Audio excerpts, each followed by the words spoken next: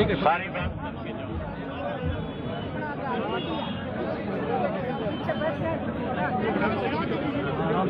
बैठ के तो सही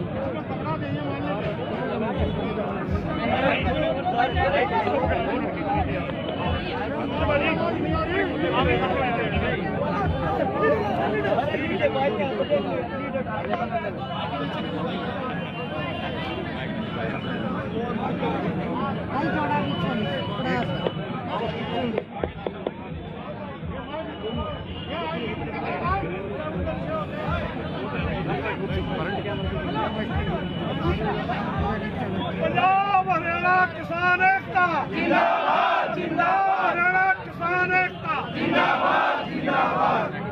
किसान एकता जिंदाबाद जिंदाबाद जिंदाबाद। हमारी पार्टी ने जब ये तीनों कृषि के बिल अध्यादेश के रूप में किसान का एक डेथ वारंट जब इन्होंने तैयार किया था, इंडियन नेशनल लोकदल पार्टी ने प्रदेश कार्यकारिणी की मीटिंग बुला करके उसमें इस बात को लेकर के फैसला लिया था कि हम इन बिलों का विरोध करेंगे। और हमारी पार्टी इस प्रदेश में ऐसी पहली पार्टी थी जिसने स्वयं एक डिस्ट्रिक्ट हेडक्वार्टर के ऊपर मैं खुद अपनी पार्टी के जिले के और प्रदेश के पदाधिकारियों के साथ मिलकर के डिप्टी कमिश्नर के माध्यम से देश के प्रधानमंत्री और मुख्यमंत्री को ज्ञापन देकर के आया था, ये जो काले कानून बनाए गए हैं, बनाने जा रहे हो,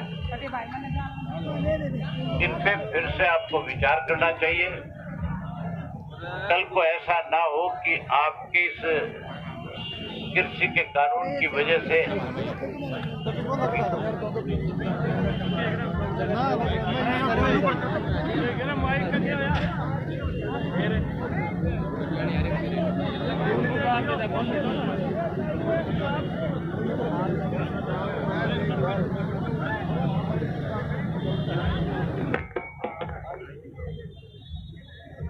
हमने जहाँ डीसी के माध्यम से किया और विरोध करने के बाद जब असेंबली का सेशन आया तो अकेली इंडियन नेशनल लोकदल पार्टी थी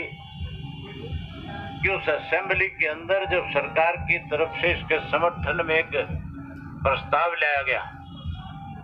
कांग्रेस पार्टी तो वॉकआउट करके चली गई थी। केवल मैं एक अकेला ऐसा सदस्य था विधानसभा में जिसने सरकार के सामने खुल करके इसका विरोध किया और सरकार को बैकफुट पे लाने का काम किया। उसके बाद लगातार हमने जहां भी किसानों के साथ सरकार की तरफ से किसी किस्म का कोई भी अन्याय करने का प्रयास किया गया, इंडियन नेशनल लोकदल पार्टी के एक एक कार्यकर्ता ने उसके साथ खड़े होकर के न्याय दिलाने का काम किया। अब जब साथियों पंजाब के किसान जब हरियाणा के बॉर्डर से क्रॉस करके प्रदेश में दिल्ली के चारों तरफ आकर के इस बिल के विरोध के अंदर जब लाखों की संख्या में लोगों को साथ लेकर के इकट्ठा हुए, हमारी पार्टी का एक एक कार्यकर्ता जो है इस इश्यू पे कहीं राजनीति करने की बजाय एक वॉलंटियर के रूप में काम कर रहा है। आज भी हमारी पार्टी के हजारों कार्यकर्ता ऐसे हैं जो लगातार हमारे बाहर से आए हुए जो पंजाब के किसान भाई हैं, कहीं इस देश की सरकार आज किसान को पंजाब, हरियाणा, राजस्थान, गुजरात के नाम पे बांटना चाहती है। जैसे हमेशा बीजेपी ने धर्म की आड़ लेकर के राजनीति करने का काम किया, आज फिर आपने देखा होगा कि किस तरह से जब किसान के साथ बातचीत की चर्चा के लिए बुलाया जाता है तो केवल उसमें पंजाब के जो किसान लीडर्स हैं उनको इनविटेशन दे करके कहीं किसान को बांटने की कोशिश की जाती है। लेकिन किसान के मामले में न केवल देश का किसान इकट्ठा है, बल्कि इस देश के अंदर चाहे कोई कर्मचारी है, चाहे कोई व्यापारी है, चाहे कोई मजदूरी करने वाला है, आज हर वर्ग के लोगों ने 8 तारीख के दिन देश को पूर्ण रूप से बंद करके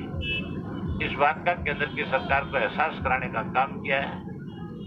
कि जो अन्नदाता है अगर उसकी अनदेखी देश में की जाएगी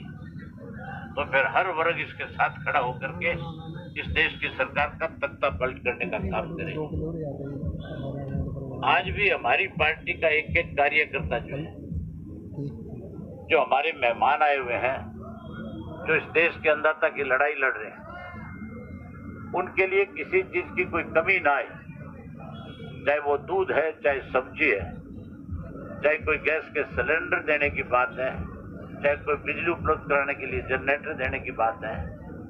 चाहे कोई हेल्थ के लिए कोई बूढ़ा बुजुर्ग बीमार हो जाए उसका उपचार करने के लिए दवाई और डॉक्टर उपलब्ध कराने की बात है। हमने अपने पार्टी के एक एक साथी की, एक एक कार्यकर्ता की इस बात की जिम्मेवारी लगा रखी है कि आप कहीं किसी को ये एहसास कराने की बजाय कि मैं इंडियन नेशनल लोकदल पार्टी का कार्य करता हूं, बल्कि आप एक वॉलंटियर के रूप के अंदर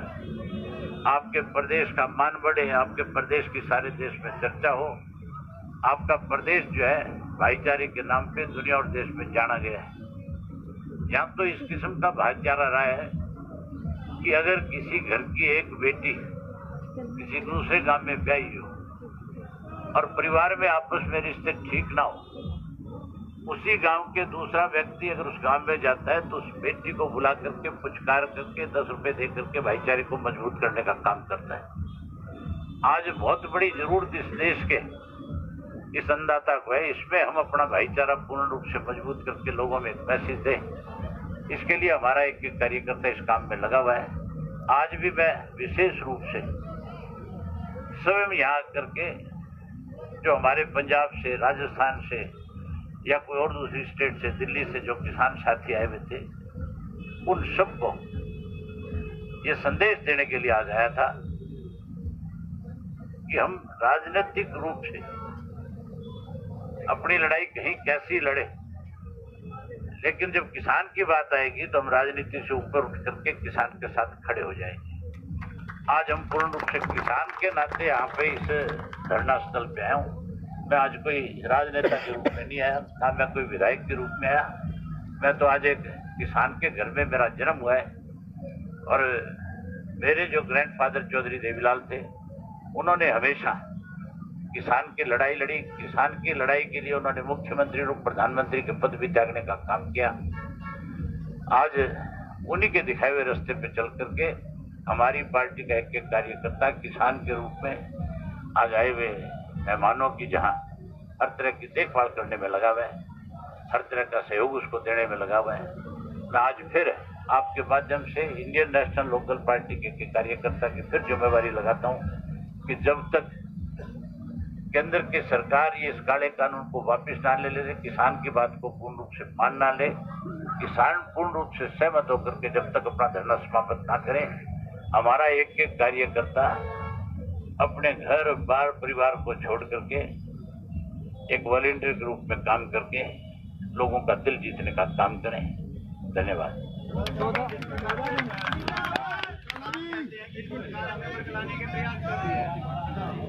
भैया आगे गिर जाऊँ, थोड़ा मैंने रोक दे भैया, आगे धक्का ना दे।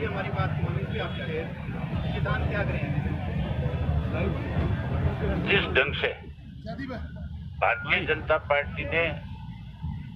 हमेशा कैसे किसी भी एजिटेशन को कमजोर करने के लिए उसको लिंगर आउट करने का काम करती है और लिंगर आउट करने का भी तरीका ढूंढती है। पहले 3 मेंबर्स की कमेटी बनाई, पहले कहा कि आप इनसे बातचीत करो, और जब उनके सामने किसान ने सीधे रूप से एक बात रख दी कि यस और नो में बात करो, तो फिर अमित शाह जी की जिम्मेवारी लगा दी कि आप बुला करके बात करो। मुझे लगता नहीं है कि भारतीय जनता पार्टी जो है क्योंकि उसकी सोच पहले दिन से ये रही है कि किसी तरीके से इस देश का 70% जो अन्नदाता है उसको कमजोर कर लिया जाए। हिंदू और मुसलमान का कार्ड इनका खत्म हो चुका है, सिख और हिंदू की बात खत्म हो चुकी है। कर दे, सब्जी की सप्लाई बंद कर दे, अनाज और धान की सप्लाई बंद कर दे, तो दिल्ली में बैठे लोग जो आज कहीं इनके द्वारा चुन करके भेजे गए, उनको शाम को इस बात को समझ आ जाएगी। जिस तरह से किसानों पे मुकदमे बना करके उनकी आवाज को दबाने की कोशिश की गई है, अनेक दफा सरकार ने इस तरह से मुकदमे बनाए, दबाने की कोशिश करी, लेकिन मजबूर होकर के मुकदमे वापस लेने पड़े। अब भी 100% सरकार को मुकदमे भी वापस लेने पड़ेंगे, 100 प्याज भी खाएगी, 100 जूते भी खाने का काम करेगी। भारतीय जनता पार्टी की सोच है,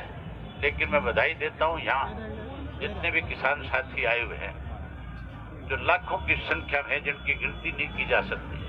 जो कई कई किलोमीटर तक अपने साधनों में अब भी जो के त्यों बैठे हुए हैं। जिस शांतिप्रिय तरीके से उन्होंने इस एजिटेशन को चलाया, मैं उसको उनके लिए बहुत बहुत बधाई देता हूं और मैं सरकार से उम्मीद करता हूं कि सरकार किसान की बात को जल्द माने।